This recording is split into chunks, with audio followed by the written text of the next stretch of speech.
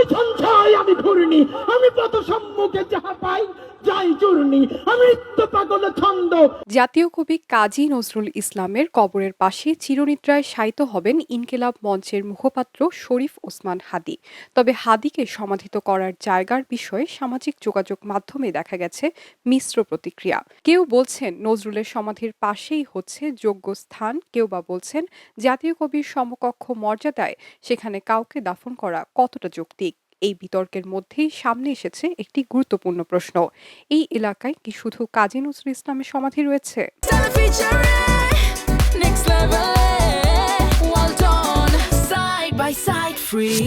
খোঁজ নিয়ে জানা গেছে ঢাকা বিশ্ববিদ্যালয় কেন্দ্রীয় মসজিদের পাশেই এই কবরস্থানে একাধিক বিশিষ্ট ব্যক্তি ও মহান মুক্তিযুদ্ধের শহীদদের কবর রয়েছে। জাতীয় কবি কাজী নজরুল ইসলামের সমাধির পাশেই শায়িত হয়েছেন শিল্পাচার্য জয়নুল আবেদীন, শিল্পগুরু শফিউদ্দীন আহমেদ এবং পটুয়াক শিল্পী কামরুল হাসান। এছাড়াও সেখানে মহান মুক্তিযুদ্ধের শহীদ, ঢাকা বিশ্ববিদ্যালয়ের শিক্ষক এবং রোকেয়া হলের কয়েকজন কর্মচারীর কবর রয়েছে।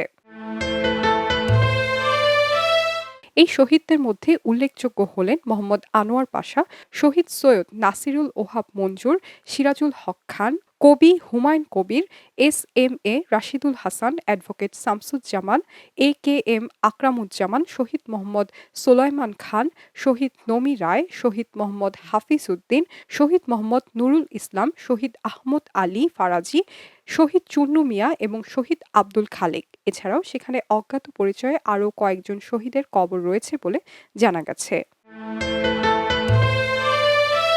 এদিকে জাতীয় কবির বিদ্রোহী কবিতার অদেখা নায়ক যেন এই প্রজন্মের বিপ্লবী তরুণ শরীফ ওসমান বিন হাদী, যিনি বিদ্রোহী কবিতাকে ধারণ করেছেন নিজের সত্তায়। আমি উন্মাদ, আমি ঝঞ্ঝা, আমি ভীতিয়ে ধরিত্রীর বলবীর চির উন্নত মামুষীর।